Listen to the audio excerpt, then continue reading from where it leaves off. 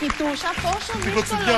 Όχι την κοτσιδιά, πόσο δύσκολο ήταν το τελευταίο lift που έκανες. Τι τα μπράτσα, αγάπη μου, αφού δεν τα βάζω μέσα, δες.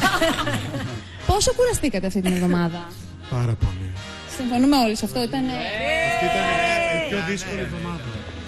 Όμως, κοιτάξτε να δείτε, μπορεί να κουραστήκατε πολύ αυτήν την εβδομάδα, αλλά η Λίπτον σας έδωσε την ευκαιρία να περάσετε και μια πάρα πολύ όμορφη ημέρα. Ευχαριστώ πάρα πολύ.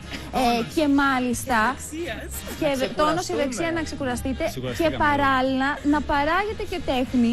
Γιατί όλοι έχουμε δει το συγκλονιστικό διαφημιστικό κλίπτον με τον Hugh Jackman. Το κάνανε αυτό τα παιδιά εδώ που βλέπετε. Δεν θυμάστε καθόλου. Μπράβο, έτσι το κάνανε και ακόμα καλύτερα. Θέλετε να πάμε να το δούμε?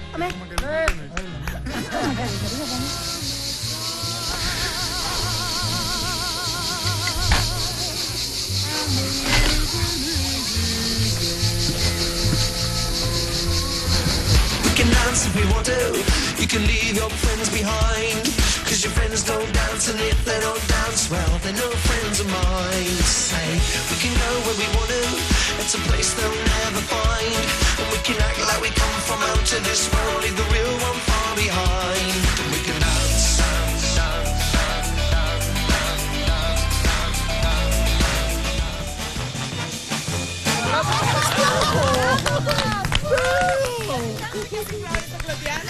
Η Κλωτιάνα βγήκε πιο ωραία από ό,τι περιμέναμε όλοι.